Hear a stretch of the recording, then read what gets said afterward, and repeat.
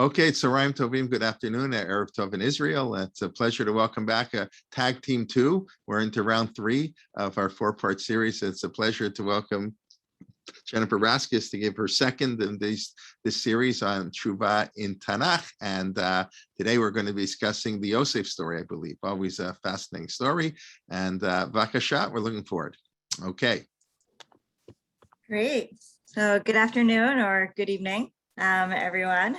Welcome you again to Rabbi Kalman for this opportunity and for the incredible Torah and Torah community that he is giving to the world. Thank you so much. And a thank you to my chavruta and partner in this series, Dr. Rebecca Winter, who's here with us today. And thank you all for being here.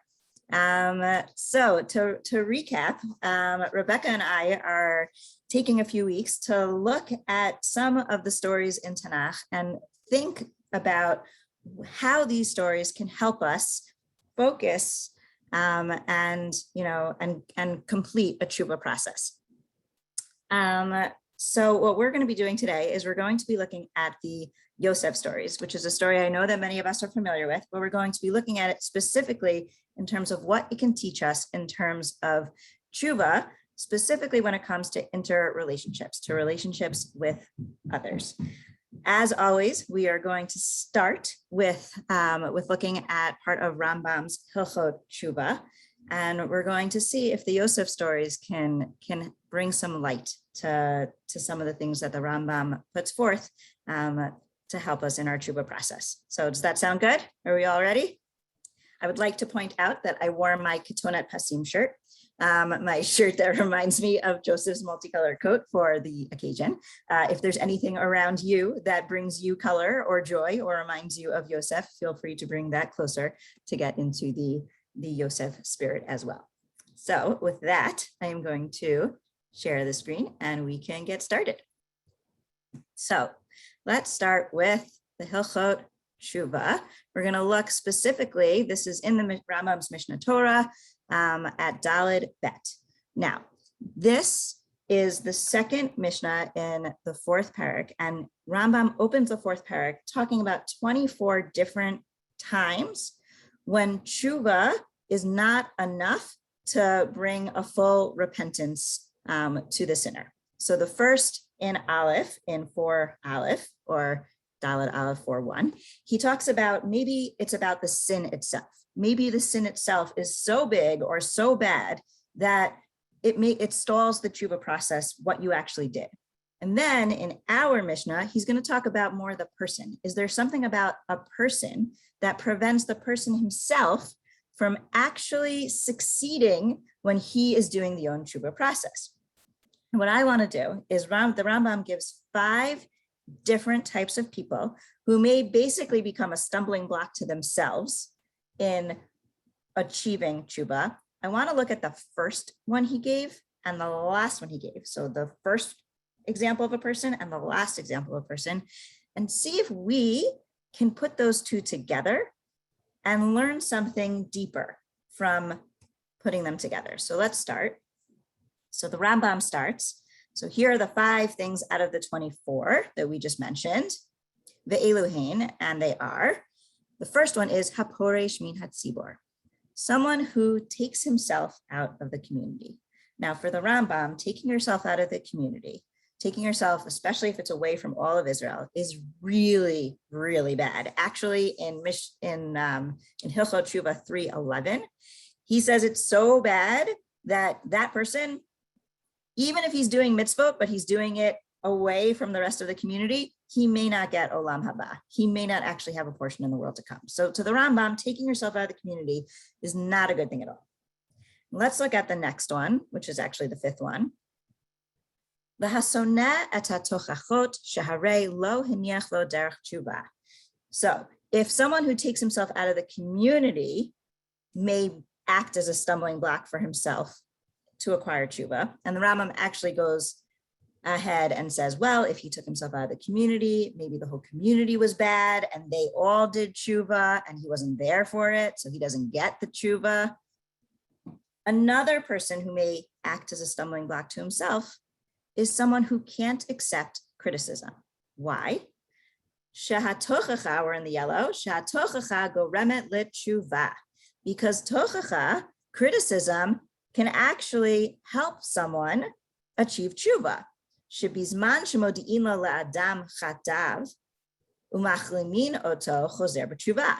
When someone realizes that their sins are actually known to others, there's someone else out there who knows about it, right? Because if you're criticizing it, it means you know about it. If someone else is out there knowing about it, it might bring shame onto you, and then you might do something to change it. So either you didn't think your action was so bad in the first place, or you know it was bad, but that wasn't motivation enough for you to stop. But once someone knows about it, that might convince you that it's time to do tshuva. And as the Rambam says, that's actually what a lot of the Nevi'im, what their roles were, was to tell Bnei Israel that they know, they can see what Bnei Israel are doing, it's not good, and that itself led to tshuva. And here's the part where I want us to focus on. Lefichach, therefore, tzarich lahamid b'kol kal v'kal miYisrael. Every community in Israel needs chacham, someone who has wisdom, chacham gadol, a lot of wisdom, v'zaken, and they are mature, v'yireh shamayim v'nu'arav, and they've always been God-fearing. And here's the key part, v'ahuv lahem, someone who is beloved to the community. That person, that person is the one who should offer the criticism to the rest of the community, and through that offering, the community will do tshuva. Now, the juxtaposition that I want to bring in is that haporesh min hatzibor is someone who separated himself from the community, is someone who is an obstacle to tshuva, whereas someone who is beloved to the community is someone who can actually save a community, even ones that don't like criticism. They may actually be able to save the community by offering the criticism the community needs to achieve tshuva. So here's my question. I'm going to stop sharing for a second. My question is, why can't someone who's poresh min hatzibor be the one that offers the criticism, right? Let's think for a second. Why might it be a good thing? Let's remember the poresh min hatzibor, the reason he doesn't get tshuva is because the community, when they do tshuva, he's not there for it, which actually tells us that he, the poresh min hatzibor, was potentially part of a community that was bad. So what's so bad? If your community is doing bad things, they're not good. What's so bad about separating yourself from the community and then offering the criticism then? What's a positive about hearing criticism from someone who is outside of your community?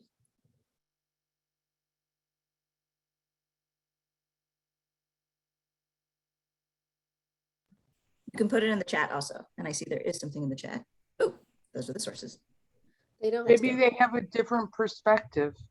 Yeah, totally. Especially because we know that the community itself was already not doing well. So if someone goes outside the community, maybe they learn new things, or maybe there was something already in them that had a different perspective. And then they're able to actually offer something to the community. They may seem more objective, Judith Schwartz says. Interesting. So whoever is writing from iPad, I love the point, which is that Moshe and Aaron were two different types of leaders. Moshe was always seen as separate from the community, and Aaron was always seen as part of the community, and Aaron was more beloved. So that's very interesting. So I think that's true. I think that there are certainly times when we can think that it might be helpful to have someone from outside the community, whether they're more objective or they've learned something else. It could be great for them to be the ones to offer criticism. But the Rambam is clearly telling us that if you want people to actually change, to actually do tshuva, it's better to have someone from within the community. So now let's think the opposite. Why might people respond better to someone from within their community?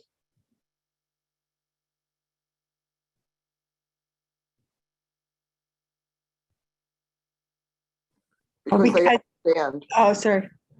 No, I'm just going to say they understand. Yeah. I love that. Yes, they understand. So tell me more. What might they understand? Oh, they understand the problems that are going on within the community, Yeah. and they can try to work with that person to deal with what the problems are.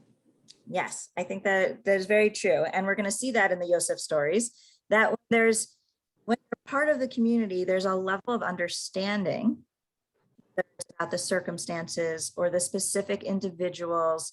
There's an additional level of understanding that can really, really help the way that you then offer criticism, because you know. So what to say differently, what's lacking if you're not part of the community? If you don't have that understanding, what might you think about the community? Okay, now I'm going to look at, so while we're thinking about that, I'm going to look at the chat. Oh, great. Oh, I love that. So Alana is saying that there's a familial feeling that we know that the person has an interest in the community changing, right? If you're saying, listen, I know things aren't going well. It's kind of like if there's a boat that's not doing so well, if a guy jumps ship and is on the right, is on the raft and is trying to tell you what to do, that's one thing. But you know, the guy's going to end up getting to shore, whether or not the boat makes it. But if someone's on the boat with you and there's literally a hole and water's coming out, and that person is trying to stuff the towels or whatever it is, you know that that person has as much interest as you do as the boat being saved, as the boat making it to shore. Okay, let's see what else. They know the person and the conditions. Yes. So Naomi, very interesting that you're giving us an example of someone who's outside the community, right? That Yonah himself was outside the community, although he did have a lot of trouble understanding, right, why he was given the job he was. But that is very true. Oh, interesting. Okay, person in iPad, if you can tell us your name, I would love to know it because I love your comments. In our days, it's the congregational rabbi who the person is saying to make better halacha than a yeshiva rabbi. Maybe I'll add to better, more directly unique for the people that they are working with, right? Because they know the people better. They know the details, the backstory. They can be more focused. This is all really, really great. Yes. So I think you are, anyone? I think you're all getting to some really important things, which is that when you're within the community, you understand the community better. You know the people, you know the circumstances, and the people themselves can trust you more, right? They trust that you actually have their best interest at heart. So what we're going to do now is we're going to look at the Yosef story and see if, in addition to all these amazing thoughts, if the Yosef story can give us some more insight into the difference between being without or far away from the community and being within. And for our purposes, the community in the story is going to be the brothers. So we're going to see how Yosef relates to his brothers when he is outside of them, when he is within them, when he is far from them, when he is close to them. And we're going to see if maybe some of this can help us understand the Rambam, which then can give us a new insight into a way that we can achieve Teshuva when it comes to our interrelationships. Sound good? All right. Okay. Back to share screen. Okay, so let's start our Yosef stories. The Yosef stories start when Yosef is 17. Ela Toldot Yaakov. So, and I will just give you some clues as to what all these colors mean. Besides for looking like the Ketonet Pasim, Yosef's multicolored coat, there is also a logic behind that. If you see the yellow, it's really just to help us know the details of the story. These are just things we need to know in order to understand what's happening, who, what, when, where, why. The blue means focus a little bit more, because these specific themes or maybe even words or ideas, I believe, are integral for understanding a deeper meaning to the story. And the pink, think of it as like a stop sign. These are the words that are going to be like the leet words, which is like the leet word. It's like the milah mancha, the words that come up again and again that are really going to help us understand some deeper themes in the text. And we're going to look at the Yosef story, but through the metaphor of being outside and being inside. So let's begin. Ela Toldot Yaakov. Yosef ben Shavas Reshana. Yosef is 17. And what's the first thing we learn about him? Haya ro'eh et achav batzon. Now, the English translation here says that he tended his flocks et echav, meaning with his brothers. But I think we can also hear something else going on. He was ro'eh et echav. He was kind of shepherding his brothers, bitzon, as if they themselves were kind of the sheep. And it goes on, v'hu na'ar et bnei bilha. Here again in the English translation, it says he was a helper. Other Mefarshim point out that he belittled them. He made them feel small, right? So taken together, Yosef is seeing himself as outside of his brothers, separate from his brothers, and more importantly, as superior to his brothers. And what happens when he sees himself as superior? The next blue, Vayeve Yosef et dibatam ra'ah el avihem. Yosef then brings a bad report, bad things about his brothers to his father. So we see already, and this is things that you were pointing out, you don't understand everyone if you are on the outside. You don't understand the people, the conditions. You automatically might see things in a more negative light when you're on the outside. So Yosef sees himself as superior. He brings bad reports to his fathers. And sure enough, the brothers, right? If you want someone to criticize you, it needs to be someone that's beloved, that's from within the community.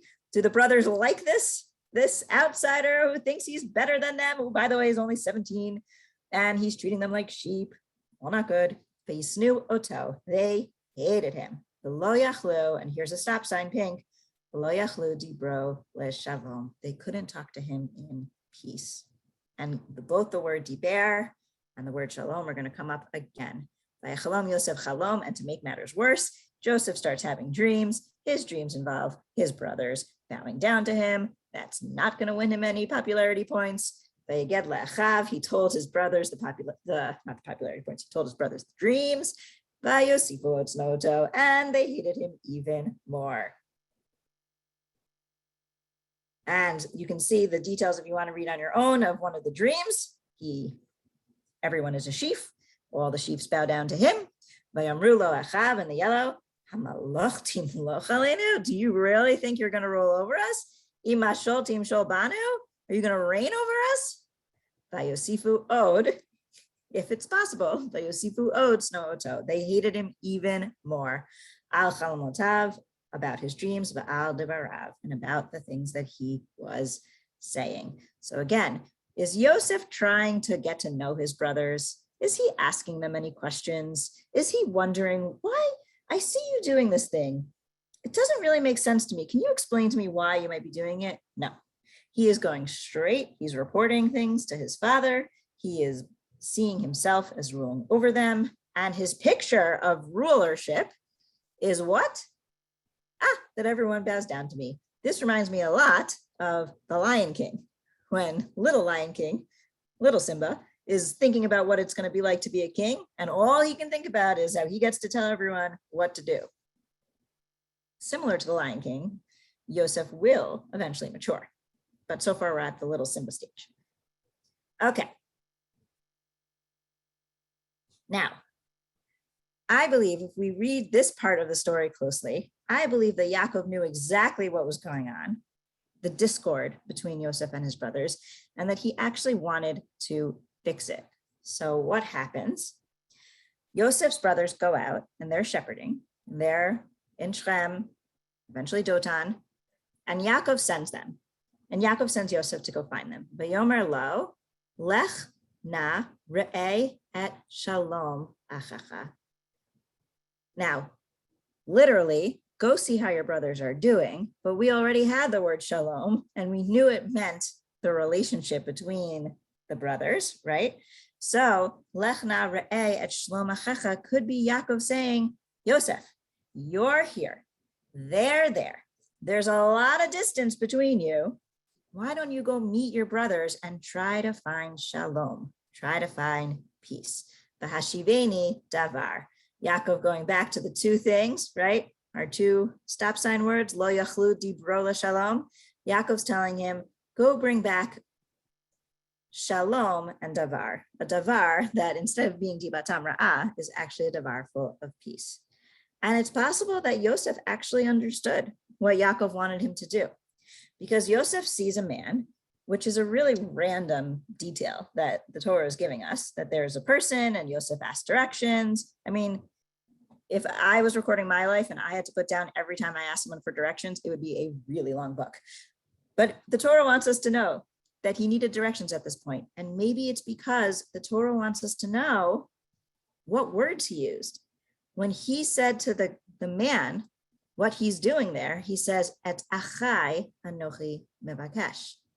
Literally, of course, I'm looking for my brothers, but figuratively, Et achai, my brothers is what I'm looking for, or brotherhood is what I am looking for. And unfortunately, even if Yaakov and Yosef had the best of intentions, which we hope they did, what happens? The brothers see him. Vayeru oto, from what? From what? Merachok. They see him from a distance. At that point, the distance that Yosef had put between himself and his brothers, where he was superior and they were below him, was just too vast. When they see him coming, they see him from a distance. And when you see someone from a distance, it is way too easy to assume ill intent. Ubeterem yikrav, before he could get close, alehem bitnaklu oto lahamito. They decided to kill him. And what words do they use? Hine balachalamot alazeba. Oh, is the dreamer person coming to come to us? They decide to kill him and they say, we'll just see what happens to his dreams. Of course, we know that his dreams are actually going to come true, but they don't know that at that point. They believe that they could stop them. So I want to stop the share for a second and check on the chat and ask you, what do you think so far? Does this, how does this reading, does it bring anything new to the way that you've seen the Yosef stories before? What are you thinking about the relationship between Yosef and his brothers? Yes, Joel Mandelbaum is pointing out that Yaakov may have had a role in this. It is a theme throughout Sefer Breshit that there is one parent who loves another one more than the others. And we hope each generation that they'll learn not to do this, but it doesn't quite work. Yes, I do believe that Yaakov did prompt some of this. And I still think that it is possible that maybe he realized what was happening and wanted a reunion, but you're right. It's possible also that that he was too involved in prompting it. Interesting. May I ask a question verbally? Yes, absolutely. Okay, great. So back in part 1, in Breshit 37, 2-5, for the first time ever, and it's the beginning of page 2, for the first time ever, as I'm reading this, I'm noticing that it's only the sons of his father's wives, Bilhah and Zilpah. So I'm wondering, where are the sons of Leia? Yeah, it's a good question. I think those specific ones were the ones that he was being na'ar to, right?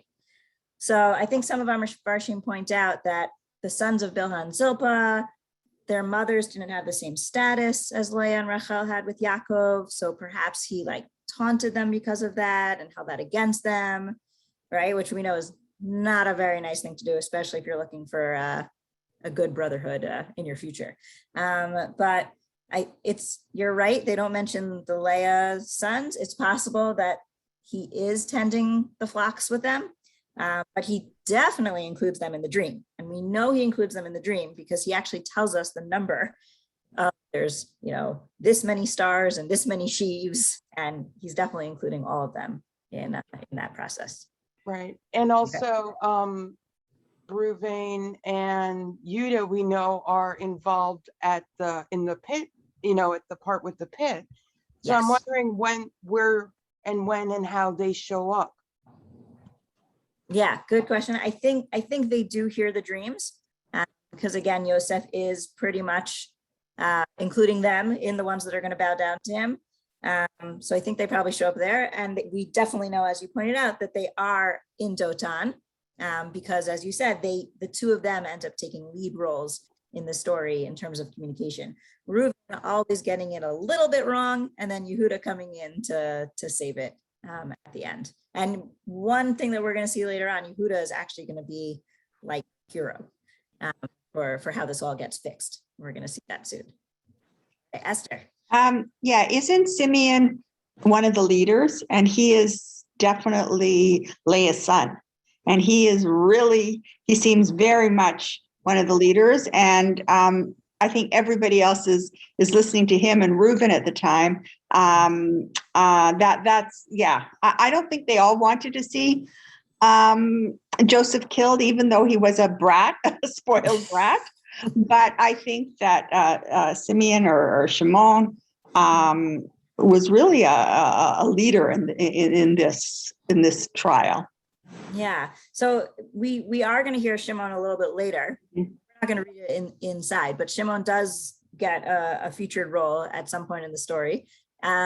So yes, he definitely is present at all times. And Reuven, as the oldest, definitely feels responsibility. There's some of them are point out that the reason why Reuven, says that we shouldn't kill Yosef, he uses the word ani, me, a little too much, which makes some of the Mefarshim think that what he's worried about is, as the oldest, that he's going to be held responsible by his father if anything happens to Yosef. So he goes, oh, but what about me? Yeah. And he does end up taking that role. It's interesting, the contrast between how Reuven is going to react and how Yehuda is going to react. But yes, Reuven and Shimon are definitely big parts of the story, and the two oldest. All right, any other questions?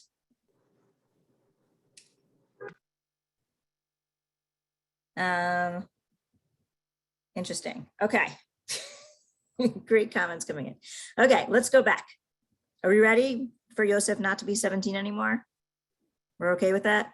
We're not too attached to the 17-year-old, right? We're ready for him to learn some things? Okay.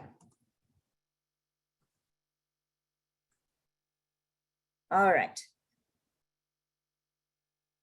So Yosef, as we know, doesn't get killed, but does get sold to the Ishmaelim.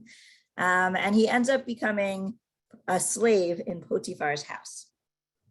Now, what we're going to see is that Yosef, throughout the rest of his life, is going to learn some lessons that are going to help him realize how to interact with others and how not to interact with others. So let's see what happens. The first thing we're going to see is, as you see the title of part 2, is that Yosef himself is going to become the victim of divatam ra'ah, of a bad report.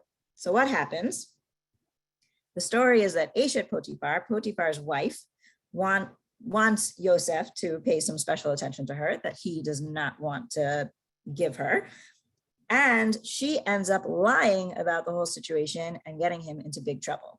So first of all, our word diber or davar, which is a very common word in Tanach, but when it comes up this many times in a very short amount of time, it is worth paying attention to. What happens? Her husband comes home, but to daber elav kidvarim ha'ela, she tells him the following things: Le'mor, ba elai ha'eved ha'ivri asher hivetelanu. This slave, this Hebrew slave that you brought upon us, litzachek, he came to, whether it's make fun of me or harass me in some way, he's doing this evil thing to me.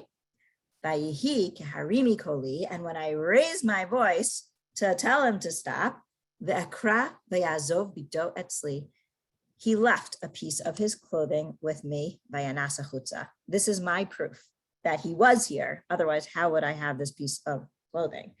Clothing comes up a lot of times in Breshit, right? It was the clothing also that the brothers were going to use to make a ruse that Yosef died. Yaakov himself put on certain clothing to pretend that he was Esav.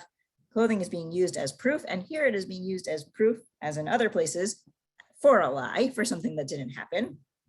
Vayihi kishmoa adonav et dvarei ishto, when he heard the words that his wife Eshet Potiphar was saying, Asher Dibra Elav, Leimor, Kidvarim Ha'ela Asali Avadecha, Beicharapo. When he hears all these terrible things, he gets really angry and V'itnehu al Beit HaSohar. He throws Joseph in the jail. So this is the first time that we know of that Yosef is now feeling what it's like to be on the opposite side of the Dibatam Ra'ah. We don't know if what he was saying to his father was completely false. Here we know it is completely false. And we also know that while Yosef is in jail, that God is with him. Vayihi Hashem et Yosef. The Lord was with Yosef, Vayatelav Chesed, and he showed him kindness. And so he showed him so much kindness that the Sar Beit HaSohar, the head of the jail, found favor in him. So let's see if these two things help Yosef become a slightly more mature person who can see a little bit more outside of himself. The two things being, he now knows what it's like to be at the end of the Dibatam Ra'astik, and Hashem is very much with him and helping him even when he is literally in, for the second time, a pit. So what happens? So Yosef is in jail and there's two other people in jail. There's the butler and the baker, and they come to him in the morning. Vayar otam v'hine zoafim. And Yosef saw them. Now, if this was anyone else, or almost anyone else, I wouldn't think it's such a big deal that he saw them. But what's Yosef up until now? Who has he really been seeing? Himself, right? It was all about his dreams and his position vis-a-vis his brothers and what, he was very much seeing himself. And now, when we said before, is he asking his brothers questions? Now he does. Vayishal et sarisei Paro, he asked the courtiers of Paro, he asked them, Madua pnechem ra'im hayom. He wants to know what's going on with them. When they tell him that they had a dream and they don't know the interpretation, Yosef not only offers to help them with their dreams by helping interpret them, but he says to them, Halo Elokim Pitronim. There is going to be an interpretation, but it's going to come from God. Sipru na li. Tell me your dream, and God, through me, will help you with the interpretation. So Yosef is becoming a little more humble, or have a little more humility in a whole bunch of different ways. He's seeing the other people around him, he's asking them questions, and he's acknowledging God's role in this entire process and saying that if he's able to help them, it is only through the grace of God. Okay, I see some stuff in the chat, so I'm going to take a look. I see that. Yes, litzachek, I completely agree. The litzachek should remind us of the words with Yitzchak, right? The word litzachek came up a bunch of times, also between Yishmael and Yitzchak, and there's a lot of sensitivity there that Sarah had to the whole thing. So yes, I do believe that we are supposed to think back to Yitzchak. Right, and again, no, that's not necessarily that both of them were untrue. Answering iPad's question. Okay, so let's keep going. So, and then we know that Yosef ends up not only helping with the butler and the baker's interpretation of dreams, but he's going to end up helping Paro.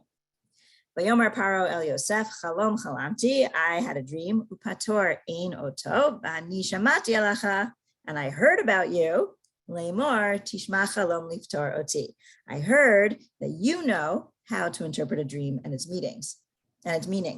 And Yosef, again, literally in the face of royalty, he remains the same type of humility when he says, Vayan Yosef et Paro, Bil'adi Elokim Ya'aneh. It is through me that God will give the answer to your dreams, again, putting himself below God. And he uses the word shalom, right? There was no shalom between the brothers. Yaakov wanted him to find shalom. Now we see that Yosef is doing two things. First of all, when it comes to dreams, he's not only focusing on his dreams, he's focusing on the dreams of others, and he's helping others understand their dreams. And the second thing is that he's already starting to bring shalom, peace, to others. It might not yet be peace to his brothers, but he is now the vehicle through which peace can come. And he's doing it all with recognizing God's role in this process. And we see that Paro hears him, and he says, this is a person who has Ruach Elokim, right? He acknowledges that God is there. Hodia Elokim otcha. God has made known this to you, and there is ein navon v'chacham kamocha. There is no one as wise and great as you. And now I am going to let you be right under me. Nothing is going to be above you except my own seat of command. And let's just look at this nice little summary. Once Joseph learned to interpret other people's dreams, now his own dreams can come true. What were his own dreams? That people were going to bow down to him, right? Now it's actually going to happen. And now Joseph is ready to reface his brothers, but this time as someone who can see others, who also cares about others, and can see and help others with their dreams. I'm going to stop the share for a second. Also want to point out for those of you who are in the Yaakov class, that this is similar in the sense that Yaakov had to do something before he could face Esav, right? He had to do something internally. He had to face his own fears. Here, Yosef's problem was more how he related to other people, right? He separated himself too much from them. He saw himself as too superior to them. And Yosef had to actually work through being able to see himself in relation to others in a different way before he then could face his brothers. So Yaakov has his thing with the Malach, and then he can face Esav. Yosef has his whole process of growth through Paro and through the butler and the baker, the Sarah Mashkim and the Sarah Ophim, before he can then face his brothers. So just want to pause here if anyone has any questions or comments.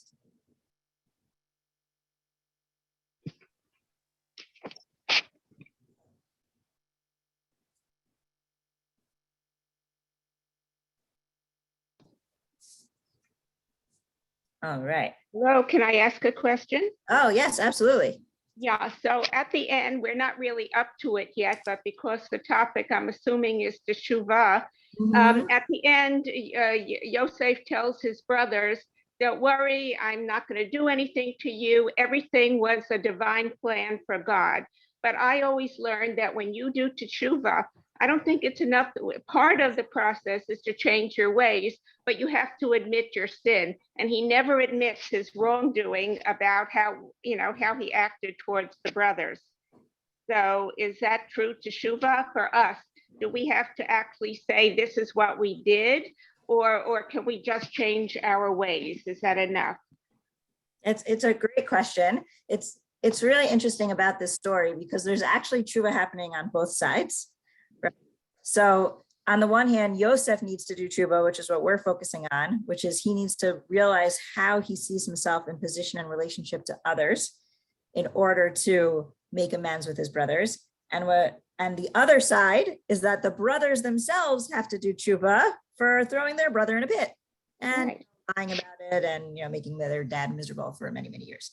And there's actually a lot of Mefarshim that focus on that part of Teshuva, and then they bring in exactly what you're saying. You need to acknowledge what you did, and in some ways acknowledging what you did is being in the same situation and not doing it again.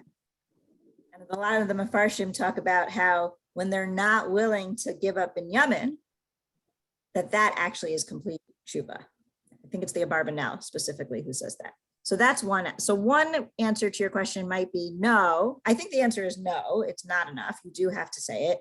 I think one way to see it is that maybe we can get a full Teshuva picture by putting together the way that Yosef does Teshuva and the way the brothers do Teshuva, that they both help us understand.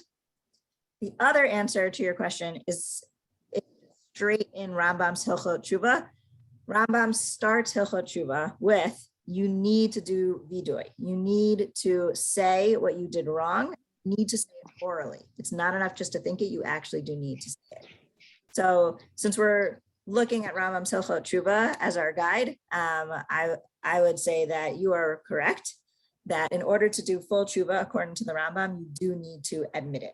And that may be something that is lacking here. You're right. Yosef never specifically says, I was wrong when I did X, Y, or Z. He just lets his brothers know that he's not going to be mad at them anymore. So I think you are right to point that out. And what we're trying to do is looking at sort of more of the subtleties in the text and see if there's ways that we can see that even if Yosef didn't say it out loud, there are ways to see that he did grow and change through the process of the ups and downs in his life. Does that make sense? Yes, thank you very much. Great. But yeah, Rambam would be very happy with your question. He would be very excited that you asked that question, and he would say, yes, I started my entire Hilchot Teshuva with exactly that point, that you do, if you do want to do complete Teshuva, you do need to say out loud what you did wrong.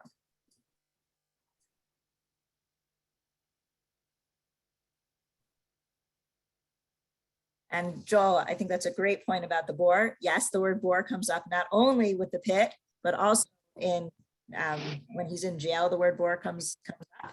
And that's a great way to use a linguistic cue to put them together, that it's only when, at this point, when Paro summoned Yosef, that he is effectively rescued from the pit. I think that's a very interesting linguistic parallel. So thank you.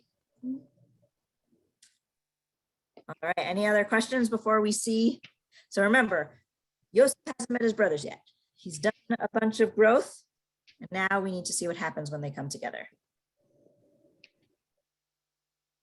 Okay. All right.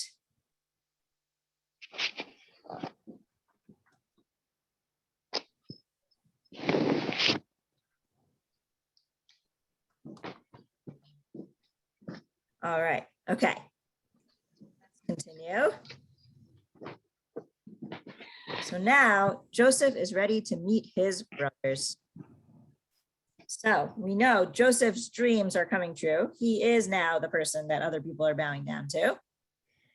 And specifically true, when the brothers are also part of a famine, they need food. Because of Yosef's leadership, Egypt has food, but no one else does.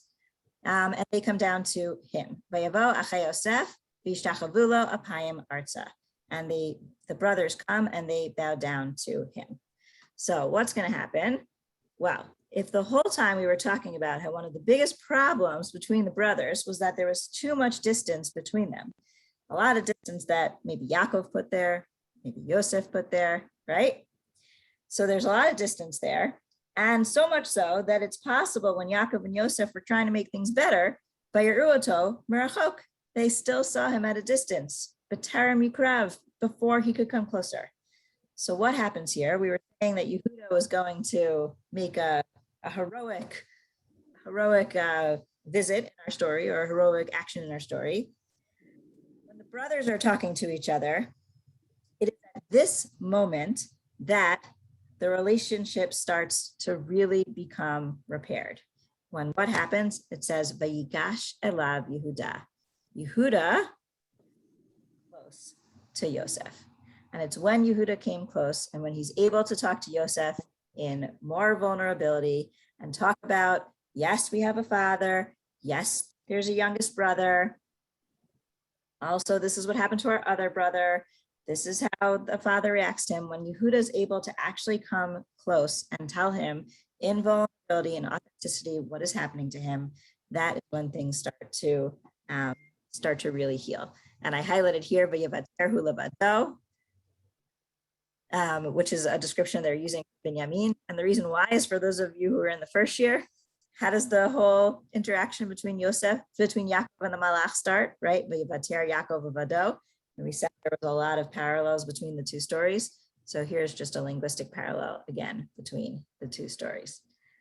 Now, Vayigash elav Yehuda, we all know in a relationship, if one person comes close, what do you need the other one to do? For the first person not to back away, you need the other person to come close to. Vayom Yosef el achav, Yosef then turns to the rest of the brothers and he says, Gishuna, come close to me. Gishuna ilai.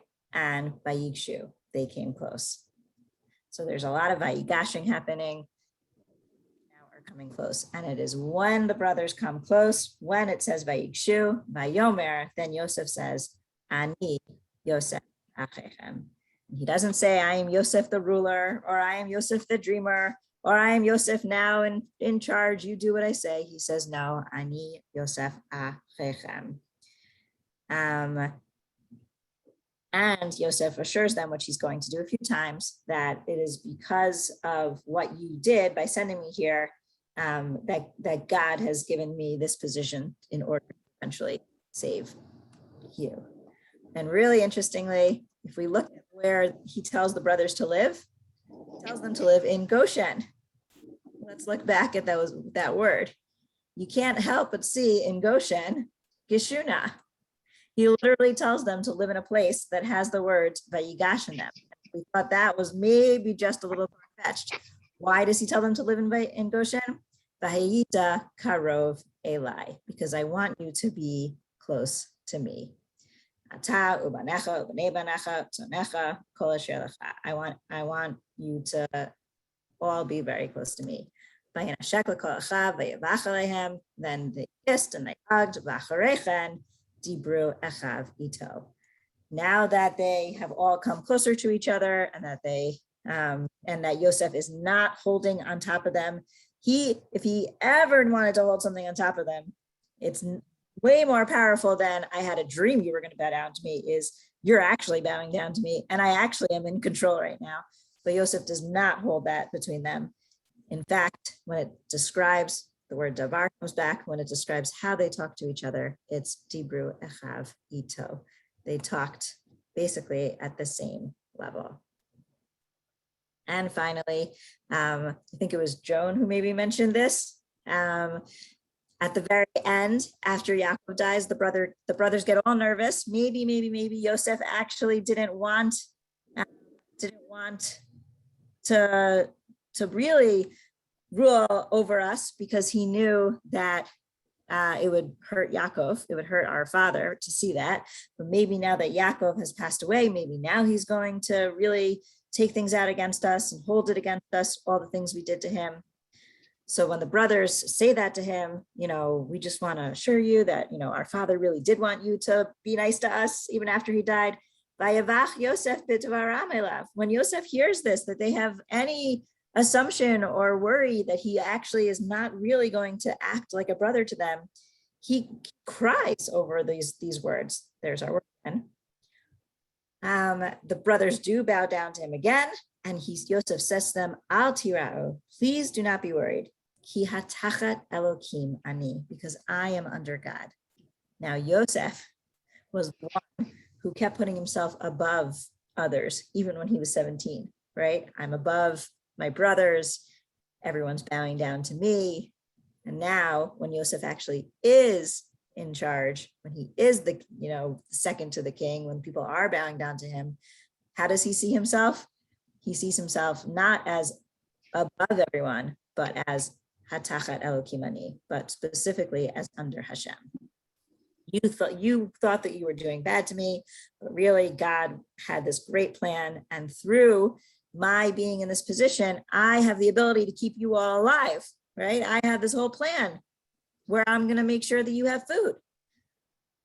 V'ata al tira'u ani echalkel etchem. I will make sure that you have food, that you have sustenance, and your children. Which also, if we think back to the little Simba, I just can't wait to be king. Yosef originally thought it's going to be so great to be king because everyone's going to bow down to me. That's what being king is about. But when he's actually king, he realizes, or second to the king, he realizes that the purpose of the power is to really make sure that everybody, especially his brothers, have the food that they need in order to survive.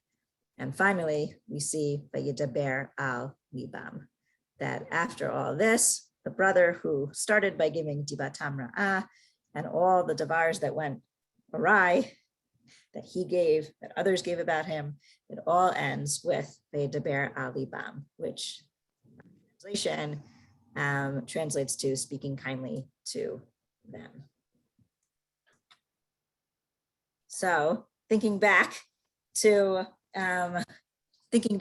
what this could mean for the Teshuva process, I think it can mean a bunch of things. I think that, and I'd love to hear what you think. I'll give you one interpretation, and then I'd love to hear your ideas. I think one thing it's teaching us is that a lot of times when we look at others, I'll get to the chat in a second. When we look at others, if we see ourselves as apart from them or as separate from them, it's too easy to then see ourselves as above them. And when we see ourselves as above them, then we automatically interpret their actions negatively. And we see that in the Rambam. The Rambam says one of the worst things you can do is be porish min hatzibor.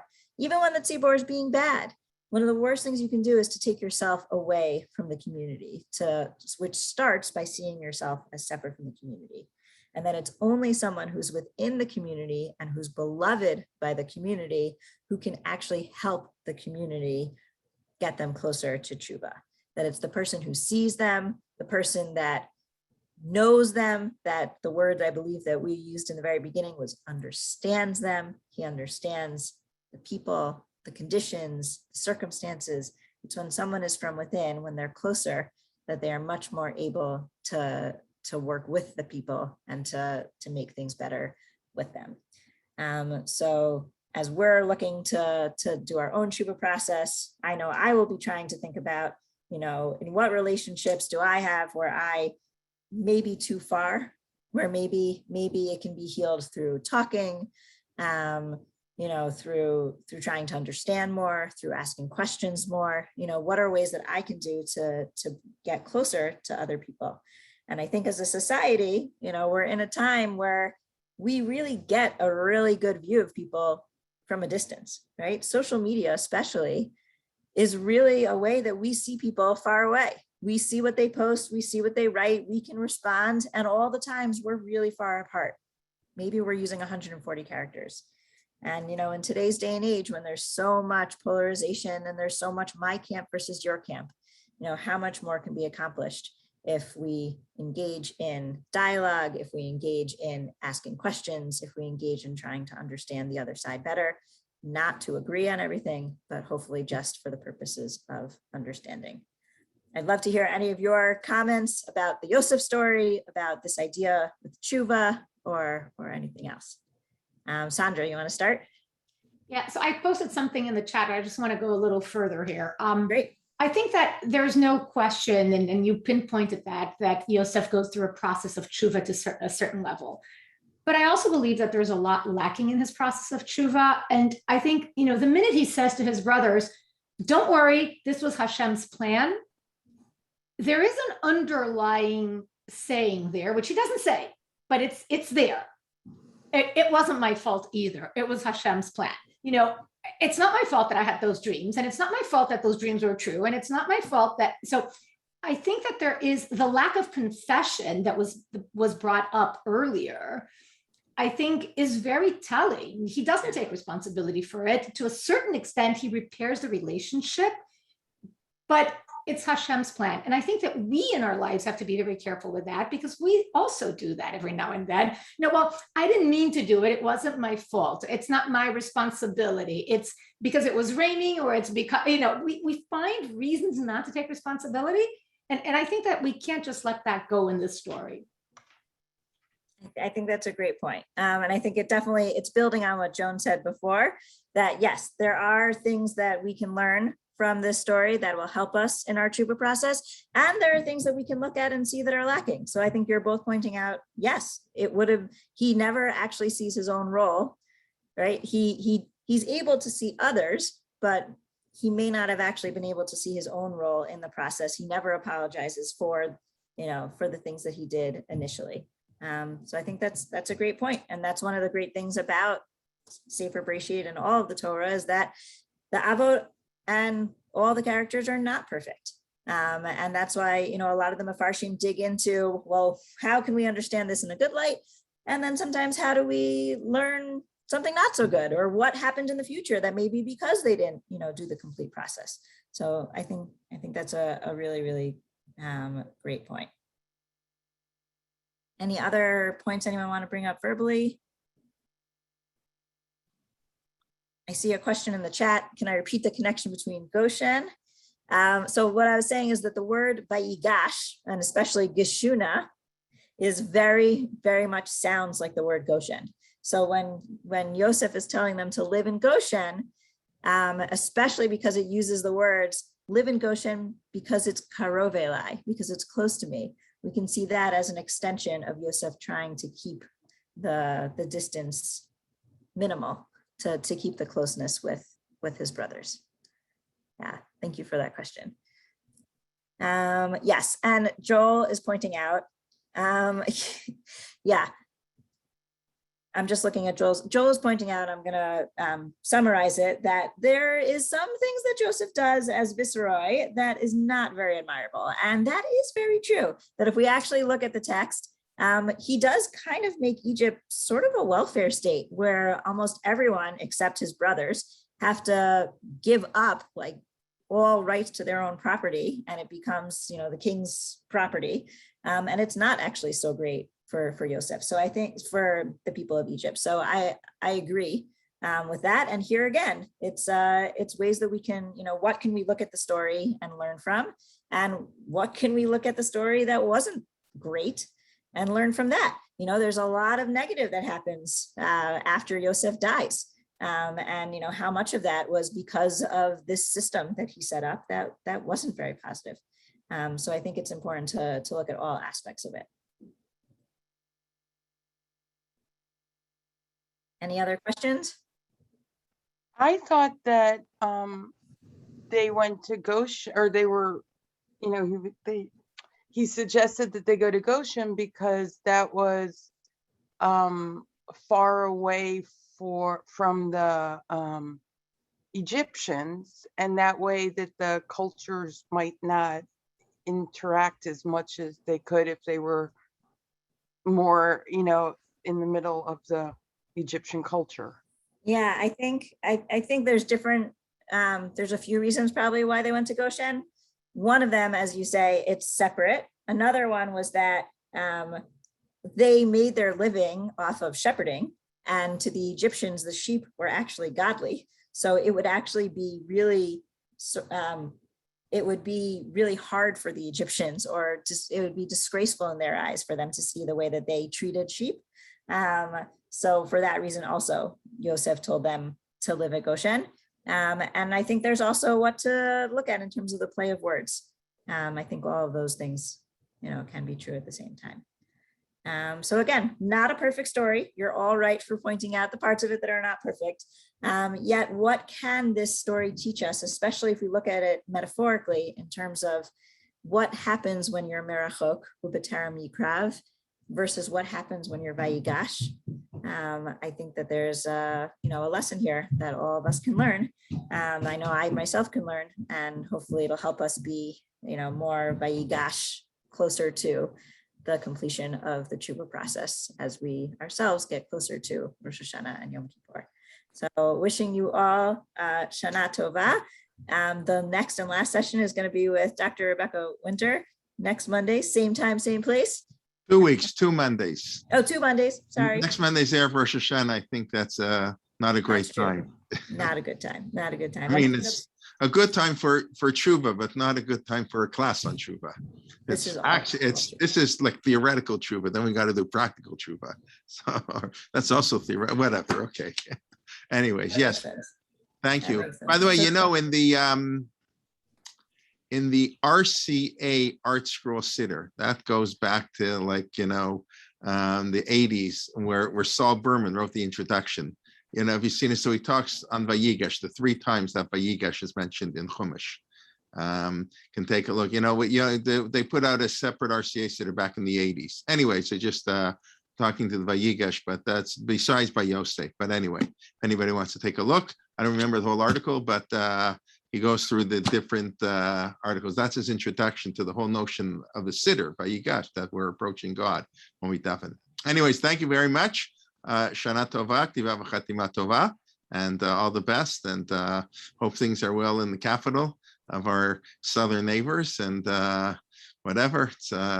We should have a good year for all of us, a healthy year, safe, healthy, and a more normal year, the way it used to be a couple of years ago. Anyways, okay, 8:30 tonight, Mark Shapiro on Shaul Lieberman, Rav Shaul Lieberman. Tomorrow morning, Rav Aaron Adler. I went through this at Raskas, so it's all on the website. Tomorrow morning, Rav Aaron Adler on Rav Soloveitchik on Rosh Hashanah.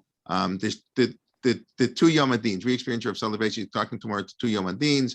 On Wednesday, Benny Gazin is talking Untitled Chapter, and then we have our special shir 1:15 on with Rabbi Alex Israel on the shofar. What's still listening to on the shofar? I sent out that yesterday to register, and the rest of the shirim during the week. Okay, everybody have a wonderful day. We hope to learn with you soon, and invite a friend and have us join, and be well, everybody. And thank you, Jennifer. Thank you all.